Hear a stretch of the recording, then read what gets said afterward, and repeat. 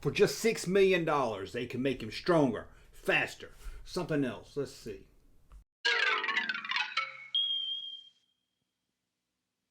For just $6 million, they can make him better, stronger, and faster. Who are we talking about? Stevelston, the $6 million man. And today we're going to talk about the planned Kenner action figure line that never made it to the market. Welcome back to the Junk Room, everybody. It's me, the Junkman, and I'm coming back at you with another video. We all loved the $6 million man, except for us that didn't like it or never saw it. But for us that did see it and did like it, we liked it a lot. Be honest with you, I know I watched this as a kid, but I don't really remember that much about it. Due to some copyright issues I've heard, some rights issues, it was never in syndication, or at least not heavily. And it didn't even end up on DVD till years later, like, 2000 or something. I know, you'll tell me I was wrong in the comments below, but it took a long time to get to home video, that's all I'm saying. So, although it was a huge hit in the 70s, it kind of got forgotten about, especially for kids that wasn't alive when it was on. Unlike something like the Brady Bunch, Gilligan's Island, Trapper John M.D., something that kids grew up with even if the show was already over. Well, not only was it a successful television show in the 70s, it was a huge toy line for Kenner. This was back before Star Wars, and this was their main glory, their $6 million man line. But it was a tall line, doll size as I call it, or they like to call it large scale action figure. But to me, it's just a Barbie doll made for boys. Well, that line was hugely successful. And then Kenner, of course, launched the Star Wars line in 1978. And that, almost overnight, changed how kids play with toys. No longer was it cool to play with your Barbie-sized doll. Now kids wanted small action figures. 3 3/4 inch action figures. Now I know what you're saying. You're saying, Junkman, Kenner didn't start that. The first successful line was Micronauts. That's right, but we're not talking about the company that made them. We're talking about Kenner. And although Micronauts was hugely successful, and Star Wars most likely based that concept on those figures because it was a good playing size, Kenner was the one that really changed the market. Kids no longer wanted to play with those G.I. Joe dolls, Planet of the Apes size dolls, or the $6 million man dolls. And being that Kenner was still having some success with the $6 million man line, they wanted to breathe some more life into it. And what better way than size them down to the size of the Star Wars action figures. Now, we're going to look at some prototypes in a few minutes, but I know what you're saying. You're going to say, Junkman, those aren't prototypes.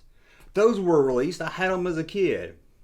Now, there were some figures, if you want to call them that were about the same size as the Star Wars figures.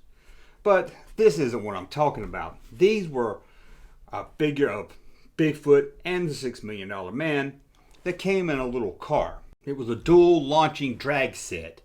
So they were figures like, but they were posed in a sitting position. And they were just made for these cars. The Bigfoot looks more like a figure, but the Steve Austin really looks bad. He's like this, and he's got his legs open real wide. They're not action figures, so that's not what we're going to look at today.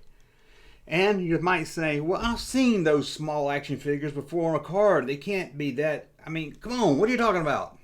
Well, there was a company around 2013 that did a retro line of $6 million man action figures, and we're not talking about those either. Now, I'm going to tell you another story before we get to the prototype because I've got to make this video more than 2 minutes long.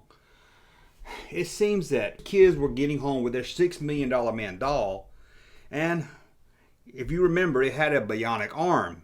I don't remember exactly what it did, but you push a button and it did something. Sorry, I should have looked that up. Either gripped or turned. I think it did a karate chop. But it seems that parents couldn't really figure out this arm because it would come off. It was made to come off, so you could put it back on when you're operating on Steve Austin. Did you know that parents started returning this figure thinking the arm was broke? So many parents returned this figure that Kenner had to send out a letter to toy stores telling them, hey, tell them idiot parents Steve Austin's not broke. He's just a $6 million man. His arm's supposed to come off.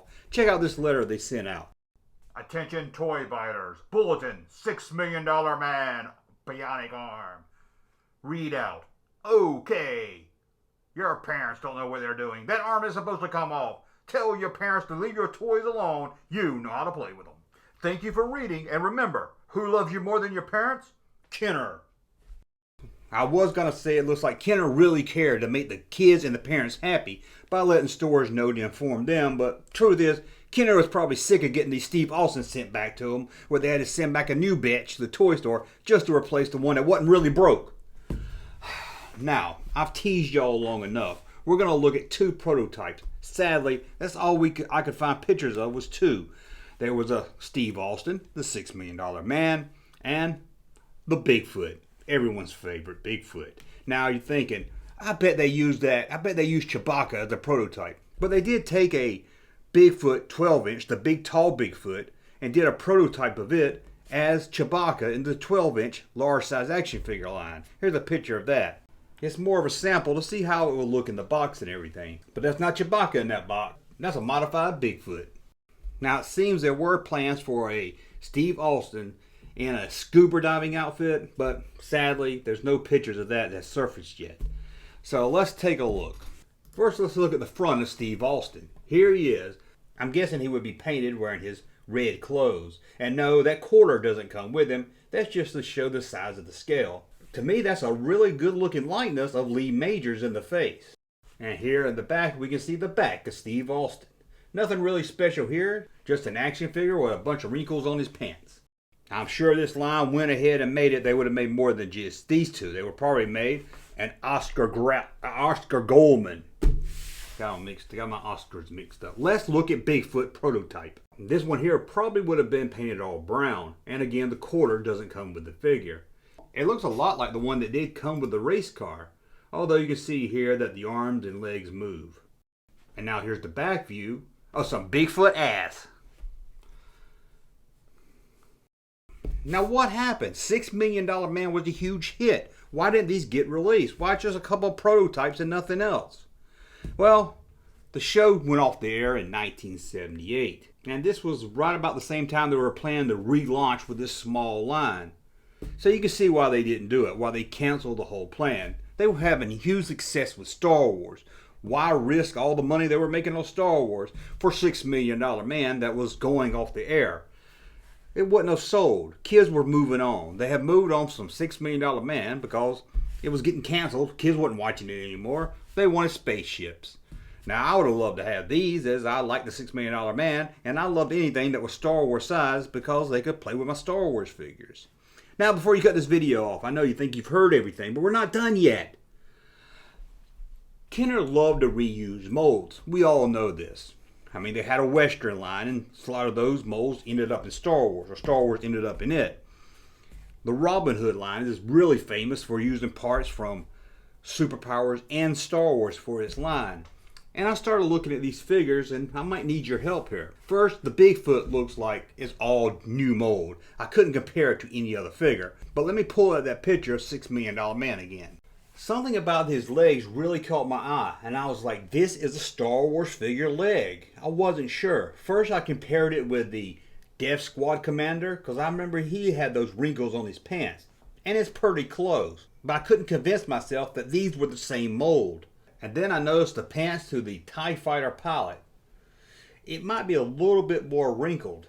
I don't know, maybe I'm really completely off here, and these legs wasn't reused. But it's hard to believe Kenner would take these prototype molds and just never use them again the way I know Kenner. Kenner loved to reuse things. And another thing is that Stevelston shirt. Take a look at it. I couldn't match this up with anything, but that looks very familiar. First I thought maybe a Bespin guard, but no, that's not it. Then I thought maybe Lobot. That's not it. I couldn't match this up with anything. So I'm asking you guys, again, maybe Kenner never did reuse this mold. But honestly, that shirt doesn't really look like $6 Million Man clothes. It looks more space theme. But again, I could be wrong, and it could be all original molds.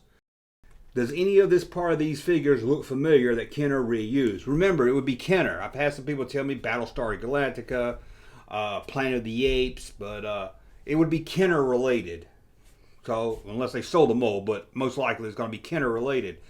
The legs, to me, they look pretty close to either the TIE Fighter pilot or the Death Squad commander.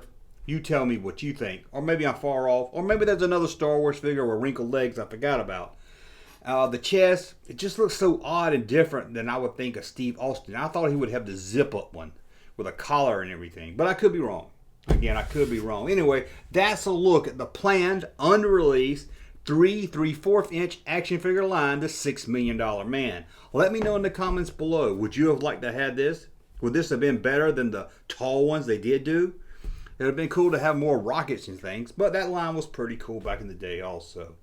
Anyway, thank you for watching. Let me know that and more in the comments below. Subscribe to the channel, thumb up so you like my content, and we'll talk again soon. Junkman. Thank you, sir, for that unsolicited testimony.